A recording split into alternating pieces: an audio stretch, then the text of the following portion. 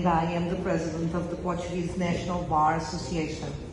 I address Your Excellencies at this plenary section of the Council of Bars and Law Societies of Europe, CCBE, to denounce the situation that is being experienced by the Portuguese advocacy.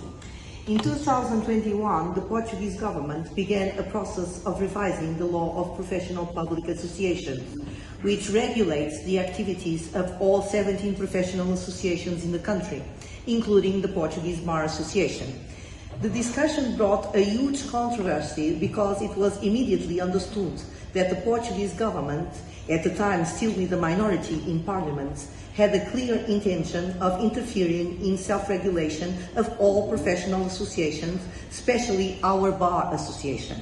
No studies regarding proportionality of the proposed of these measures were presented to us, which clearly violates EU resolutions in this matter and also CCBE recommendations. The law ended up being approved in general, however, before specialized discussion, the Parliament was dissolved. The government ended up being dismissed and new elections were held in the country.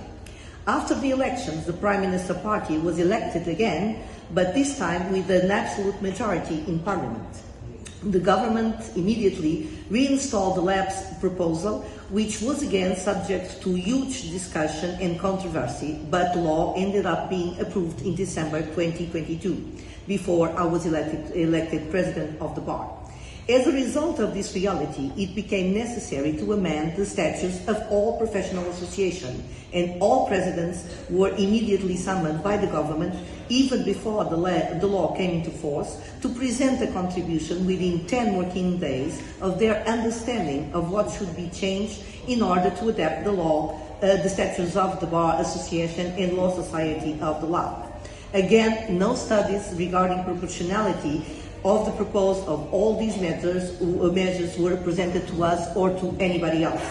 Basically, the new proposal for the statutes of the main following has the main following amendments: opening up the scope of almost every legal services act to non-lawyers, including people without a law degree, allowing them to draw all kinds of legal contracts and also to negotiate debt recovery.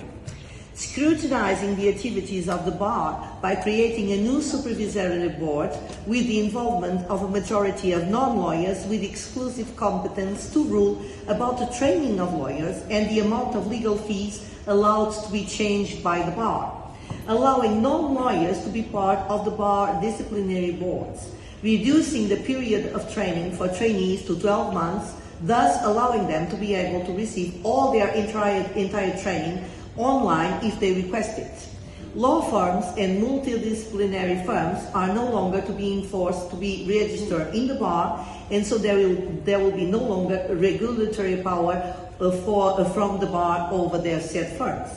This situation endangers citizens' legal security, and it's an outrage to their most basic rights, freedoms and guarantees regarding their constitutional right to access justice.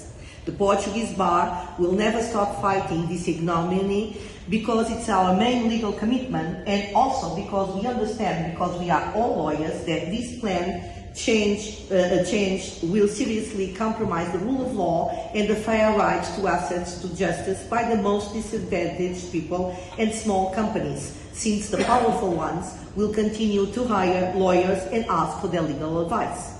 In face of this situation, our bar asked the CCBE's help, and it was immediately assisted by this fight. Because fortunately, we all fully understand, as all people should, that without lawyers and an independent bar association, there is no justice, and without justice, there is no democracy. Thank you very much to the CCBE, especially to President Periakis, for all your support in this fight for the Portuguese rule of law. Thank you all for your kind attention.